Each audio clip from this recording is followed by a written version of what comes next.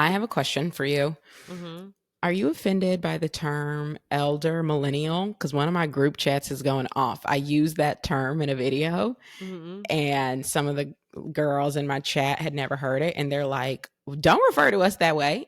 Oh, okay. See, I'm not offended. I actually feel like I am an elder millennial I because am an elder millennial. okay, yeah. Yeah. Because there's like two different versions of us. And like I feel like the ones that are like younger than oh wait, are they older than us? What's the other No. end of the spectrum? We're the Younger. oldest?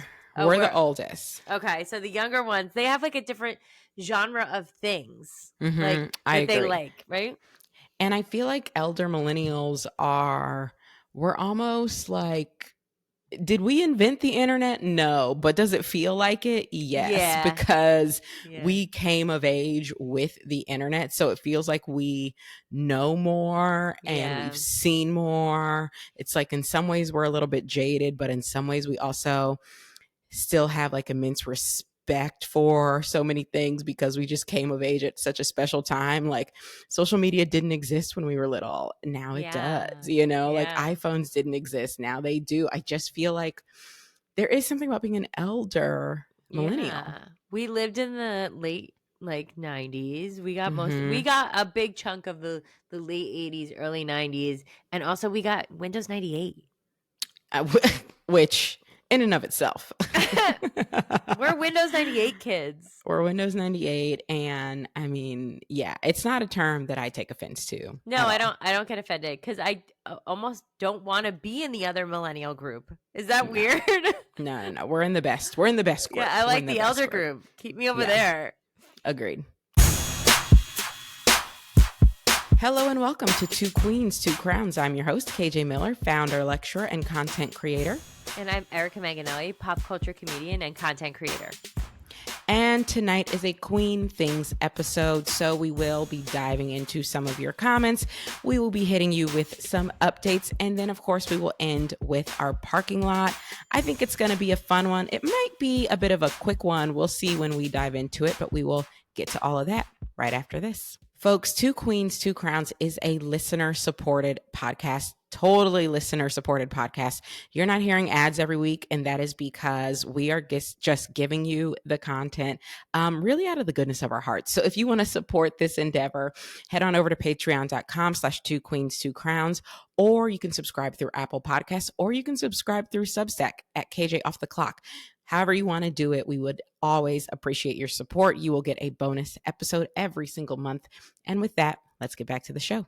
All right. So as you will recall, Erica, last week we spoke about Nicki Minaj, and Yep. we were a little nervous, I think it's safe to say. Yeah, I was nervous. This is the first thing I asked about when we sat down. Like, are we getting torn apart on the internet? Yeah. Did we get dragged hither and thither? And the answer is no, we did not. I'm shocked to my core. I was pleasantly surprised. Yeah. Here are a couple comments from the YouTube. One username A Kayla Eagle 9881 on YouTube said, "This breakdown was great. You guys are hilarious. You've got a new subscriber now." Okay. Thank I always you, love when someone Akayla. tells us how hilarious we are. So I do too. Thank you, girl. We appreciate that. All right. Then another user named Ayui Miss Imstel. I don't think I'm saying that correctly. I apologize. They say, "I also think the SZA beef might stem from her being on tour with Kendrick and the whole Kendrick Drake beef." Oh. So I had not considered that. Okay. But okay. I could see that because, you know, Nicki, Yeah. like I feel like when Nicki's in a beef, Drake will chime in on her behalf and vice versa. Mhm. So maybe, yeah, this is her way of like showing loyalty to Drake. Mhm. I could see that. I just wish she'd give us like a clue so we knew. Like, girl, give us a clue. So it seems like there's a reason, a rhyme or a reason for it. Yes. Because we love a good beef, but like clue us into it so we could get into it. We need to understand, right? What are we doing here? Okay, another username FitChick7122 said Nicki versus Nicki is more like it. Because we titled it Nicki versus everybody. And yes, FitChick. Well, yeah, it's true. I think I agree with that. Oh, Ms. Bonet says, and you and I didn't really talk about this, but Ooh. she says, I was listening to a different podcast and they mentioned that Nicki started these rants and started going downhill the moment she married her husband. Yeah, we don't like to touch any topic about her husband. Like We literally really don't. We with a really 10-foot don't. pole. We are wait, I will say that I want to so bad. I just don't think we can. You don't want to suffer the consequences. Yeah. I don't. It's just too much to unpack. It's very inappropriate. It's Yeah. I just don't think it's not good brand.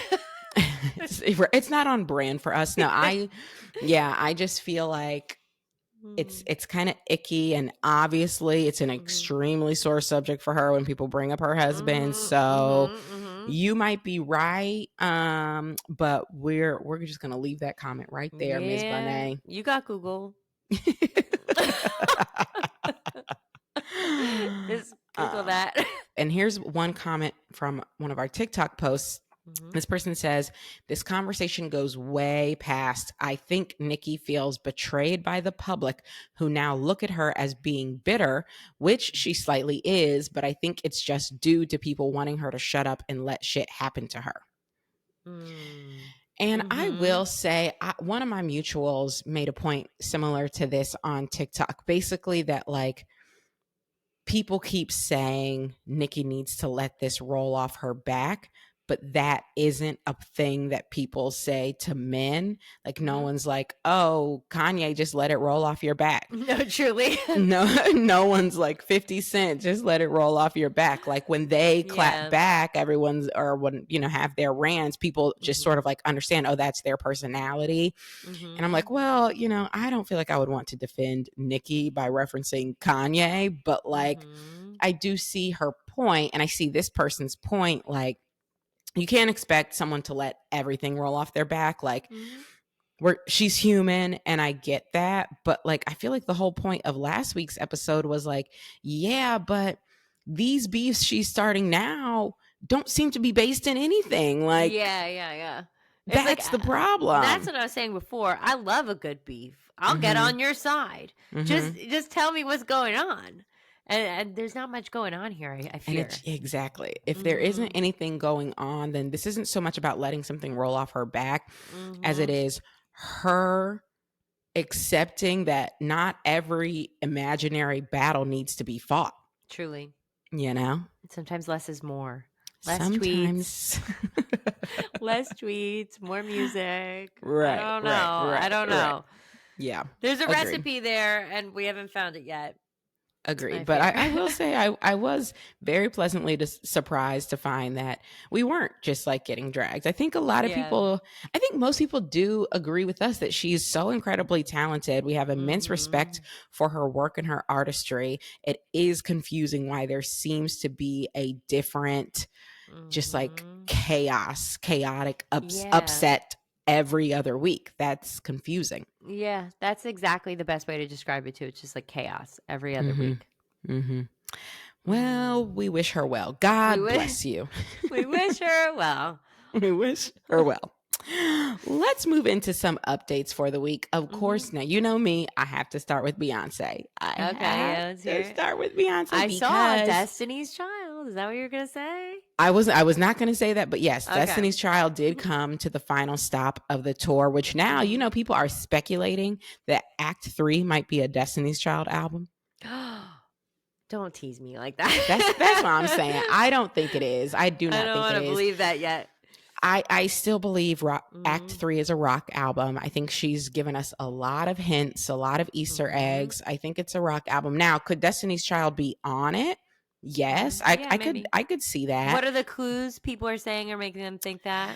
Pretty much just the fact that one, there's 3 of them and it's Act 3. Okay. And then 2, she brought them out that final night. And I will say, all the clips I've seen from that night, she only introduced them and said like, welcome to the stage, Destiny's Child. She usually, in other times where she's had them come up, she'll say Kelly and Michelle, but she didn't say that. She just kept referring to them as Destiny's Child, which obviously is includes her. Right. So I can see how people are kind of getting there. The other theory, since we're talking about theories, now everyone is speculating, and I happen to agree with this, that there's going to be a surprise act 4, because 4 is Beyonce's favorite number. Okay, I could see that. I could definitely see that. Yeah. I don't know, but I saw a photo of them like marching down the stage, and it was like mid-air stopped where all their feet were just like a perfect inch and a half from the ground. It was like even their feet are in sync. Like perfectly. I know. It was like wow, the training that probably went into the practicing that probably went into that just was like incredible, right? No, and then they are memory. So in sync. Yes, it was a magical moment. Like seeing that they had come out when I woke up the next morning and was watching all the clips. I was like, oh my god, like you're like, I missed this shit. I missed it. But yeah, I will say my theory for Act 4. One, I do think it would make sense that she would give us a surprise Act 4. But I personally think Act 4 is going to be the visuals, and she's going to drop all the videos. Oh, yeah. I for can see all that. 3 acts. That's what I think. I'm going to still stick to that because I don't want to get my hopes up. I think it's going to be the rock album and then the visuals. I could totally get on board with that. It's very like Taylor Swift-esque. But some other theories people are dropping for Act 4 is, so some people are saying Destiny's Child will actually be Act 4. And then some people are saying Blue Ivy will drop an album, and that'll be Act 4. I would love that. That sounds fun and different and new. I would love that. I mean, it does feel like she has been soft launching / hard launching Blue Ivy's career. I know. So I could see that. I mean, see it. It feels too early, but I can see it. But at the same time, this is around the time that Beyonce launched Destiny's Child. I think she was around like 13, 14 for their first album. Yeah. Because the first album was not the critically acclaimed one. It was their second album, Writings on the Wall. That's the one that really went mainstream.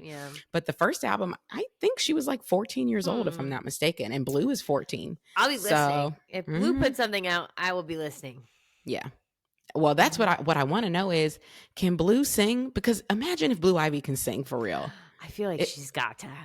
She's got to be able to sing. There's no way. Listen, if Blue Ivy can sing, it is over for you hoes. That's really how I feel. In private singing lessons since that bitch was 3 years old. The rest of y'all can hang it up, okay? Because if we already know she can sing. I mean, we already know she can dance. So if she can also sing, not just dance on a stage with all of those people, like I could never. Do a full stadium tour, night after night, song after song. It's incredible. I'm telling you, if she can sing, the rest of you should hang it up. No, literally. All the Nepo babies in that age range, like I just like almost feel bad for them. No, if you're right. If you are a Nepo baby and you too are 14 years old, quit. You know what? Better get the singing lessons going. Call the instructor. Exactly. Blue already got it. She already took the record. It's not happening for you. Didn't she already win a Grammy? Yeah, because she was on. She was which album was she on? She was on like one of Jay-Z's albums. I think she's been on multiple. Yeah, she was on 444, 44, whatever that album was called from Jay-Z. She was also, I think, on. Well, she was definitely on Cowboy Carter. Yeah. Rumi. Were they on Self-Titled? I think she may have been on Self-Titled. One when she was a baby with Beyonce. Yeah, right? that was. I think that was Self-Titled because that was the first album Beyonce did after having Blue, and Blue was definitely on that one. So yeah, she's got Grammys. She already got Grammys. She's multiple Grammys. She's so much cooler than us. I know. Oh my gosh. So much cooler and so much richer. So much richer. The other thing I wanted to note about the tour was Beyonce's Cowboy Carter tour was the highest grossing country tour of all time. Oh, okay. Yeah. Shout that out. Yeah. It grossed over $400 million, and that's in just 32 shows. That's the clip right there. That's the clip. That's crazy. Nothing else to say. No notes. That's the whole clip. I mean, to do that much money in just 32 shows is truly insane. And what a true, like, really polite slap across the face for the country music award people. That's what I love about it. I love it too. I hope they're mad. I hope they are very mad because you couldn't do it. Stay mad. Yeah. Another stat I saw is that with the tour, she also becomes the first woman and the first American to have 2 separate tours gross over $400 million. Wow. That's incredible. Yeah. So it is big. It's a big deal. Yeah. It's a pretty big freaking deal. The best country music concert I've ever heard of. No, and the only one I care to go to. So. Truly. Shout out to you, Beyonce. And moving right along from Beyonce to our other favorite artist, Taylor Swift. Let me ask you, have you been keeping up with these TS12 rumors? Yes and no, like a little bit, but I don't really want to put my whole heart into them. And I'm right there with you. I'm like, I'm not going to let myself get my hopes up. And also, it is hard for me to follow when, fans have new theories and they're putting the signs and the whatever's together. Yeah. What have you seen? Do you recall any of the so-called Easter eggs? I haven't seen too much. I've seen here recently, she had like a little countdown on her story or something. People were freaking out. They were thinking, oh, it's dropping at midnight. I luckily for my own sanity, I was like, I'm not going to believe this one. And it didn't work out. So that was great for me because I was on, but that's the only one I've really heard. And then people just keep like taking that one and extending it. Oh, but this clue makes it like 2 weeks from now. And I can't get into it. I have to take a pause. Yeah. Because the thing that I saw was Taylor Nation was doing a countdown like of her albums.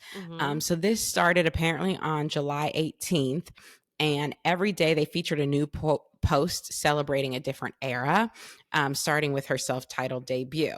And then every post ended with a time-specific streaming party invitation and a warm, like, welcome home message. Okay, so people were thinking like, oh, okay, they're counting down each of the albums. And then at the end of this, we'll have TS12. Except the end came. And nothing happened.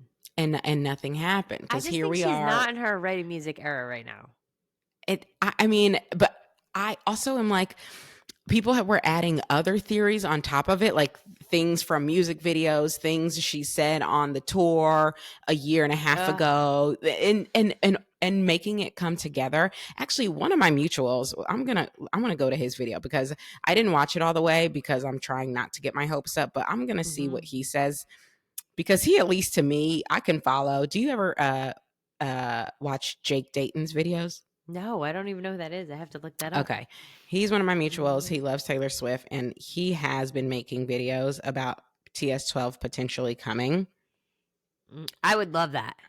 If a new album dropped tomorrow, I would be pumped. Another day, another TS12 rumor. Y'all, it really feels like the floodgates are opening and we are on the precipice of something. On July 15th, I made a video about an article that appeared in Hits Daily Double, which is a reputable music magazine that reports on music rumors, it reports on charts. Typically, they actually publish accurate chart data before Billboard itself. On the 15th of July, they released an article that indicated there are seismic rumblings of a new Taylor set in the industry. Mysteriously, within a few hours, that article was edited and the language was changed to be made much more obscure, and now it only says, "and there's always Taylor." And now that very same magazine has revealed that Taylor's team actually requested that they change that language. First, they wrote about that report in The Sun that Taylor Swift filmed a new music video this week. I want to remind you that The Sun was the first magazine to report about Midnights, and they also reported about the I Can See You music video with perfect accuracy. And then they said this: the New York Post made the mistake of referencing our own rag when it first alluded to Miss Swift's possibility of releasing new material. Taylor's emissaries must have loved our story because they immediately texted, called, and faxed us about it. Tree Payne sent these people a fax. Now, if this was a totally unfounded rumor, I don't think Taylor's team would have done anything. People report all the time that Taylor is on the precipice of something, that she's about to release something. Instead, 13 Management and Republic Records specifically requested that this language was removed from an article about Taylor Swift releasing new music soon. I truly think we are on the edge of an announcement. For almost all of Taylor Swift's career, in fact, until Lovers, she loved releasing a lead single in August or September and then releasing an album in October and November, and I think we are headed toward that exact timeline. TS12, I'm in your walls. Okay. Well, he convinced me. It doesn't take much. We're like, case closed. It's coming. Halfway through, I was like, you know what? I guess August, September, we're going to be listening to new music. I was sold.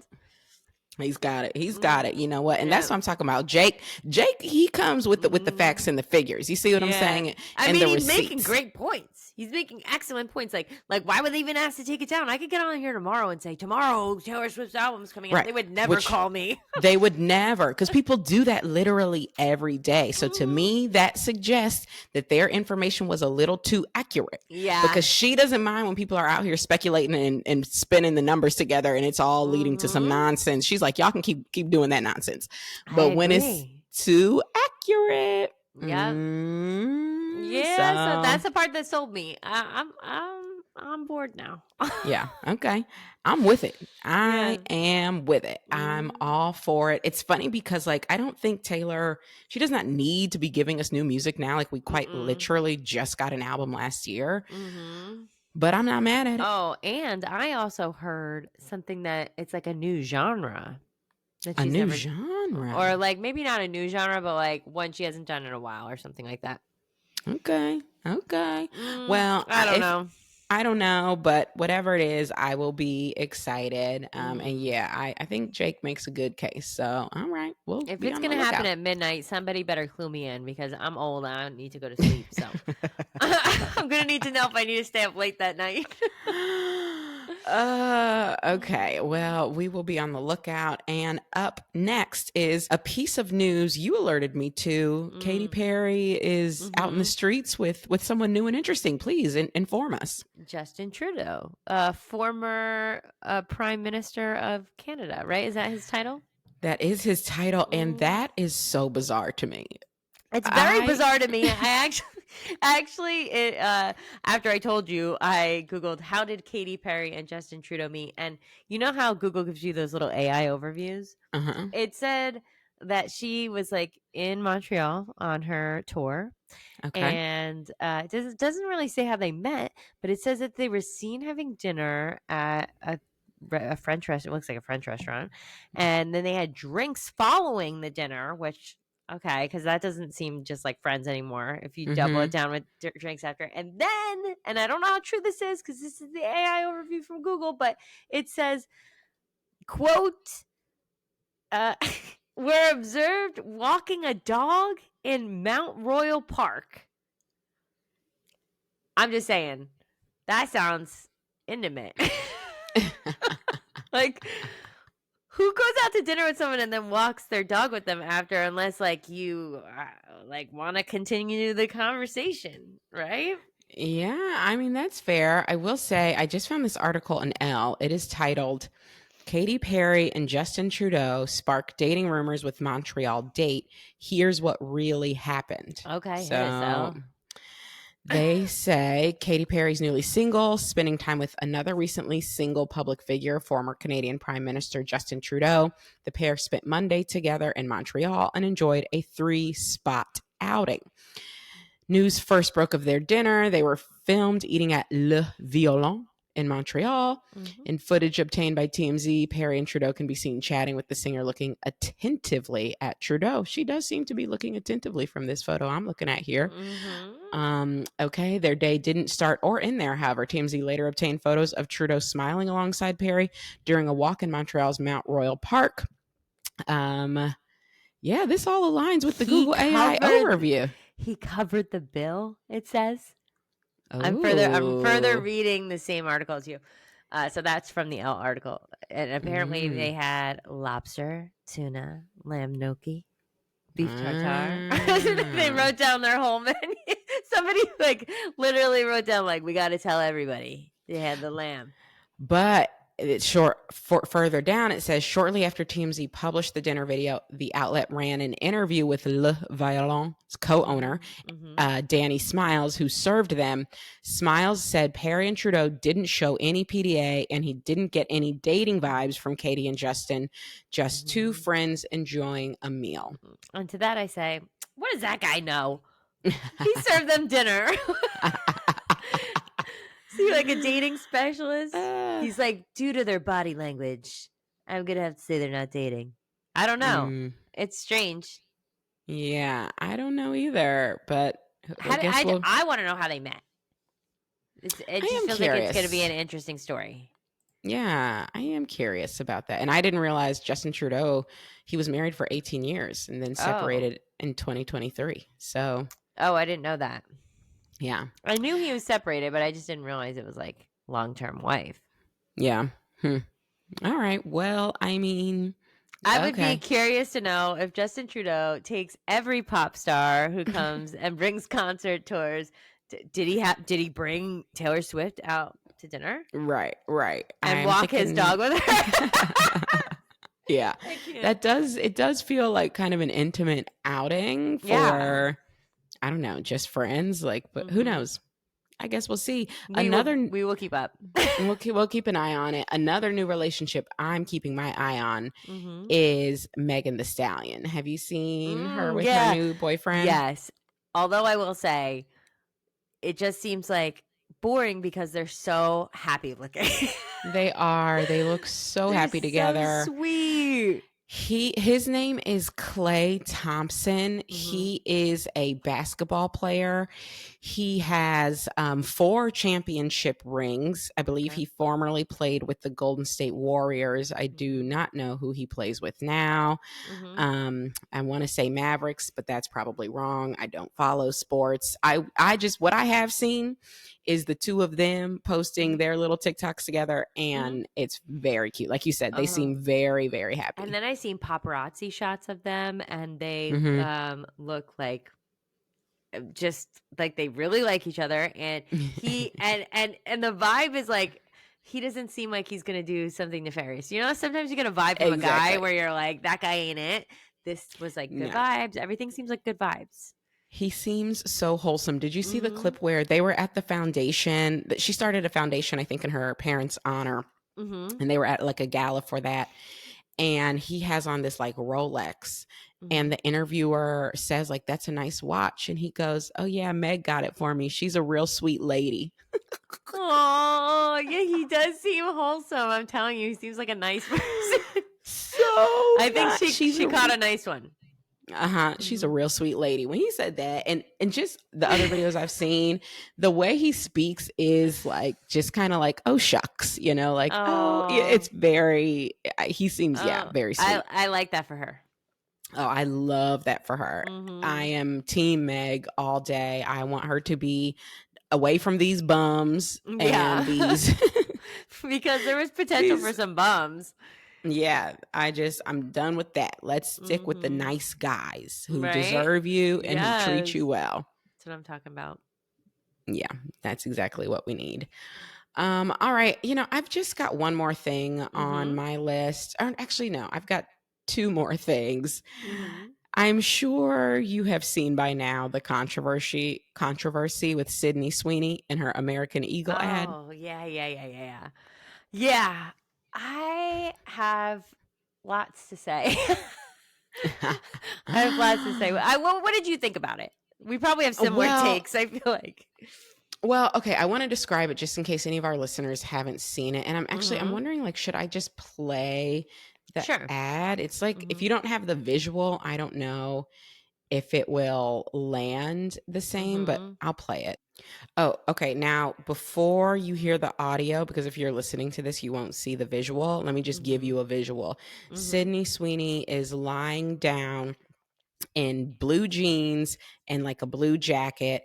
She looks like she doesn't have anything on underneath the jacket or frankly underneath the jeans, although I find wearing jeans commando is very uncomfortable. But the point is she's wearing these jeans and the camera is panning up her body, like it starts at her lower body and pans up while she's talking. So that is the visual, and now we will play the audio. Genes are passed down from parents to offspring, often determining traits like hair color, personality, and even eye color.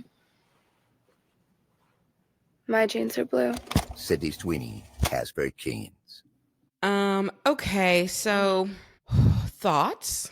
Okay, I have 2 things to add to the context first before we get started. One, I heard on the internet and then saw video proof of This is allegedly, I don't know if this is true, but this part is allegedly supposed to be a play on a jean ad that Brooke Shields did when she was a kid.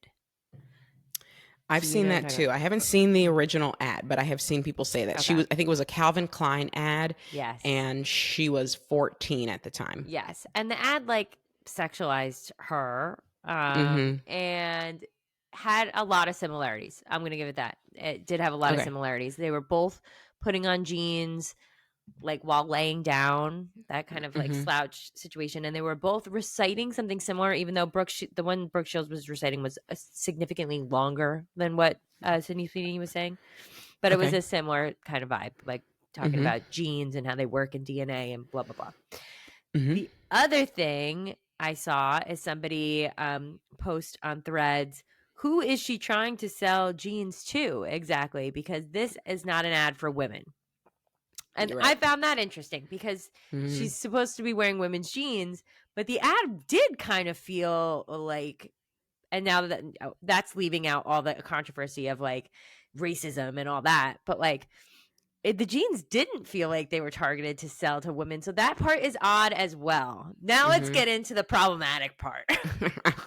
Well, yeah, the reason the internet has really gone up about this is because they're basically saying like this is a very loud dog whistle Mhm. to white supremacy, right? Mhm. Like she's like, jeans are passed down. Also, it has to be said, her voice, she sounds crazy. Like Yeah. the way she's like, her It's like a intonations are very baby weird. voice, Like, kind yeah, of. like a baby. Chains are passed down for Yeah. It's supposed to generations. be like this sexy to little girl thing. I don't know. And to determine hair color. Even It's eye very color. strange. It's It's very very strange.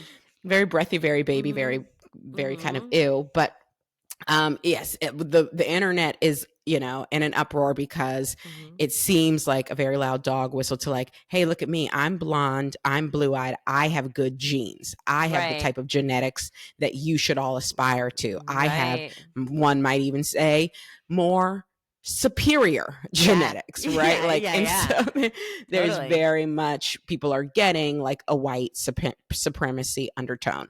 Mhm. And I will say my perspective on this is, when I first saw the ad, that didn't immediately come to mind for me. Mhm. But now, having seen all of the takes, like, I do get it. And Mhm. what I would compare it to is sort of like, I don't know, I get this feeling sometimes when I see shows like, for instance, there's this new show on Netflix called The Hunting Wives. I don't know if you Yeah. checked it out. I'm about to be watching it next, so you tell me what you think. So Mhm. my husband and I tried the pilot, Mhm. and we both sort of had the same feeling where it's like, it's set in Texas. It's like an Mhm. entirely white cast. Mhm. There's a lot of wealth and a lot of conservatism. Ugh, And I'm it's gonna like, hate it. it's like, we can't tell, is this like a send up of conservative culture? Is this Mhm. like, oh, Like a parody. this is what we shouldn't be? Not a parody, but more of a like, we're kind of dissecting it and saying like, this is why this is bad? Or is it Mhm. more of a like, just, we're creating this so that more conservatives can feel like they can find themselves in the world of Netflix? Like, so there are shows Okay, yeah. for them too. Like, we kind of Mhm. can't tell. And it feels like it's almost trying to straddle the fence a little bit. Like, Mhm. a little bit making fun of being ultra conservative and loving your guns in Texas and blah, blah, blah, but a little bit saying this is okay. And we're all Americans and this is just a part of life. And it's sort of like, it's Ugh. uncomfortable not knowing where the show actually stands. Yeah. And I think I have a similar sort of feeling with this Sydney Sweeney ad. It's like, Mhm. I don't know if there's full on white supremacy on display Yeah. here, but it does feel like they were kind of trying to straddle that fence in a way that makes me uncomfortable. Yeah. Okay. So I was going to ask you that because obviously we have different biases. So I was wondering if it hit you in the face when you first saw it, because for me, it didn't hit me in my face when I first saw it, but also I'm white with blue eyes and blonde hair. So, or I used to have blonde hair. Don't even ask me stuff about that. But anyway, oh, I lost my train of thought because I got tied up in my blonde hair, but but what was the last thing you said? Shit. I said I couldn't quite tell if it's like Oh, yeah. straddling that line. It makes me uncomfortable. I saw something else that said that they had like released a statement where they knew they were going to like push the boundaries, and Sydney Sweeney had asked them, how far do you want to push the boundaries? And they said, let's just go for it. I think this could also be like where collectively it was a bunch of people in a room that like all thought this was a great idea and never once thought about like the negative impact this could have. And they didn't have enough people, maybe diverse people in the room to be like, hey, that could come off not great. You know what I mean? Right. No other people in the room that have had a different experience in life. Yeah, I can definitely see that. And I did see people kind of posting pictures of the like American Eagle marketing team. And I mean, I didn't see them, but I can imagine. Yeah, it's very white. Yeah. Very, very, very white. Yeah. Do I think it's definitely possible that like it just didn't occur to anyone in the room that like this might not read the way you want it to read? Absolutely. And do I think it's also possible it did occur to them it might read that way? And there were people who were like, oh, but I think controversy's good. right, controversy sells. Like, I think that's possible too. You know, I will say like a part of me is just happy that like if it is reading this way to people, that people are calling it out. Well, like, yeah, like for sure. And that we're having the conversation, you know? Yeah. I don't think I needed anyone to call out even the racism part of it for me to not like it. Like, even leaving that out of it, like that part was horrible, of course, Yeah. if that's what they were, like their goal was or whatever. But also it just didn't feel like a great ad to begin with. Like that person was saying, are they trying to sell me jeans? Because I don't want to watch her naked get into a pair of jeans. That's not my thing.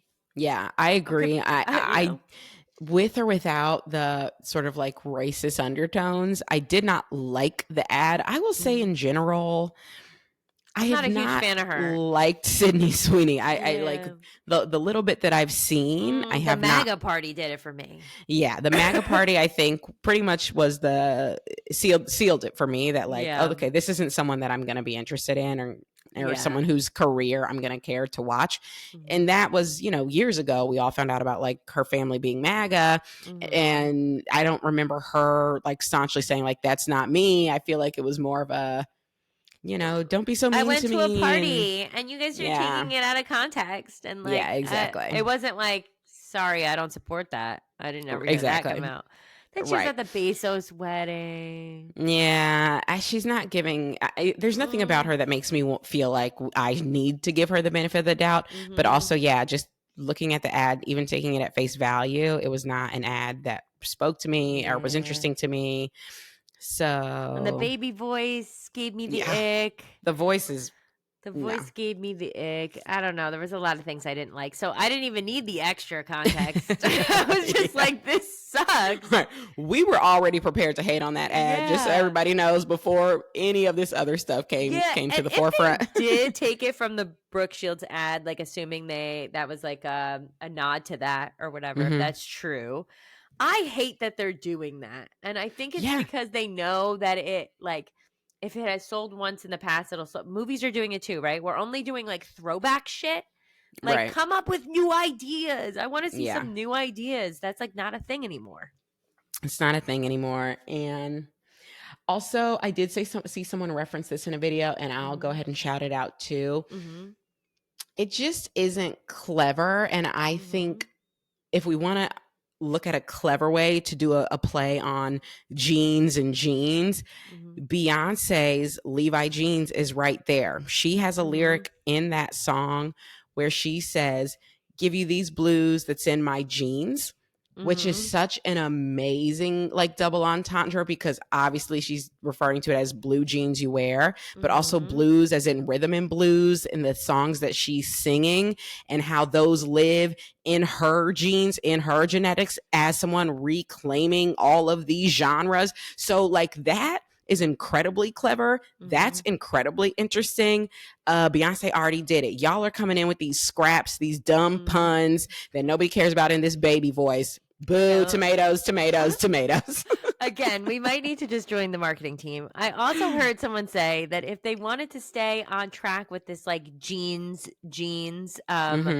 theme or whatever, that they could have had someone like the Hadid sisters talk about how their genetics are so awesome because they are sisters. Duh. Yeah. Okay, Yeah. and that would have taken away from like the racism portion of it, right?